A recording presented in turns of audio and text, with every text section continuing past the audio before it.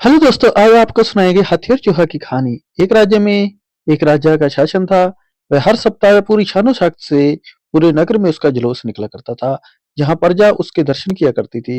एक दिन एक नन्हा चूहा उसी राजमार्ग के किनारे कहीं जा रहा था, जहां जुलूस निकलने वाला था। वह चूहा तो बहुत छोटा था, मगर उसका घमंड बहुत बड़ा था, और वह खुद को सर्वश्रेष्ठ और महान समझता था। कुछ देर के बाद राजमार्ग से राजा का भव्य जुलूस निकला, जिसे देखने से लोगों की भीड़ लगने लगी।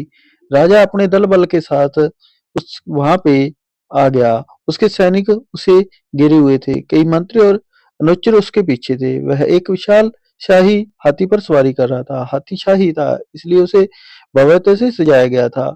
उसकी शान भी देखने बनती थी। जुलूस में हाथी के साथ एक शाही बिल्ली और एक कुत्ता भी थे। राजा का जुलूस देखने को उमड़ी भीड़ राजा के साथ साथ उत्साही हाथी की प्रशंसा भी कर रहे थे। यह सुनकर घमंडी चूहे को बहुत बुरा लगा। वह हाथी को गौर से देखने लगा और फिर सोचने लगा, इसमें ऐसी क्या खास बात है जो मुझ में नहीं है।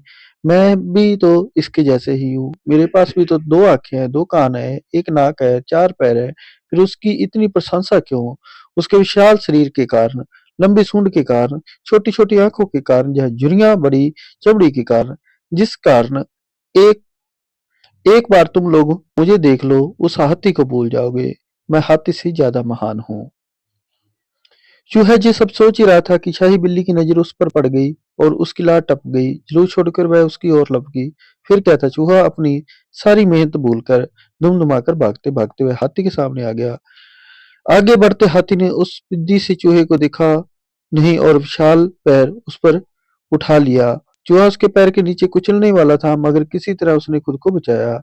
वह वहां से बचा और खतरनाक कुत्ता उसके सामने आ गया, जो उसे देखकर घुर्राया। चूहा पूरी जान लगाकर वहां से भागा और राजमार्ग के किनारे स्थित एक शेद में घुस गया। उसका सारा घमंड उतर गया और उसे समझ आ चुका था कि वह कितना श्रेष्ठ है। दोस्तों, इससे हमें ये सीख मिलती है कि कभी भी हमें अपने ऊपर घमंड नहीं करना चाहिए। कैसी लगी स्टोरी? अच्छी लगी तो शेयर और सब्सक्राइब करें दोस्तों।